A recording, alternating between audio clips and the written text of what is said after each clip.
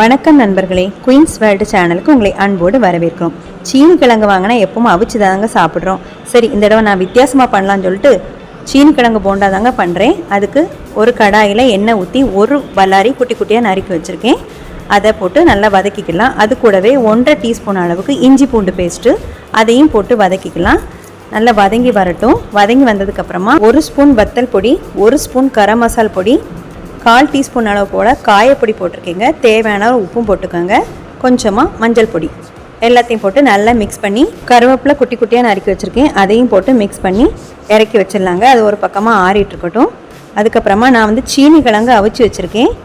ஒரு 4 விசில் போட்டு அவிச்சு எடுத்து வச்சுருக்கேன். இப்போ அதை தொளி ஒழிச்சிட்டு நல்லா இந்த மாதிரி மசிச்சு எடுத்துக்கலாங்க. மசிச்சு எடுத்ததுக்கப்புறமா ஒரு 1/2 கப் அளவுக்கு கடலை மாவு, 2 ஸ்பூன் பச்சரிசி மாவு, சோம்பு 1/2 ஸ்பூன் எல்லாத்தையும் போட்டு நல்லா மிக்ஸ் பண்ணிக்கலாம்.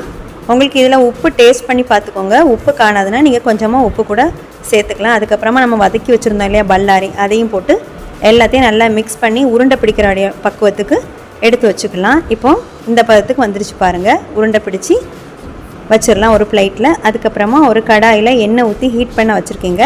அதில் இந்த உருண்டை பிடிச்ச போண்டாவை போட்டு எடுத்துட வேண்டியதாங்க. சூப்பராக வந்துச்சுங்க போண்டா. நல்லா டேஸ்ட்டாக இருந்துச்சு. சீனி கிழங்கு போண்டா இவ்வளோ டேஸ்ட்டாக இருக்குமான்னு நாங்கள் நினச்சி கூட பார்க்கல. அந்த அளவுக்கு டேஸ்ட்டாக இருந்துச்சு. நீங்களும் ட்ரை பண்ணி பாருங்கள். இது கூடவே நாங்களும் டீயும் போட்டு போண்டா வச்சு குடிச்சாச்சு, சாப்பிட்டாச்சு. வீடியோ பிடிச்சா லைக் பண்ணுங்கள், சேனலை சப்ஸ்கிரைப் பண்ணுங்கள். ஓகே ஃப்ரெண்ட்ஸ், தேங்க்யூ, பாய்.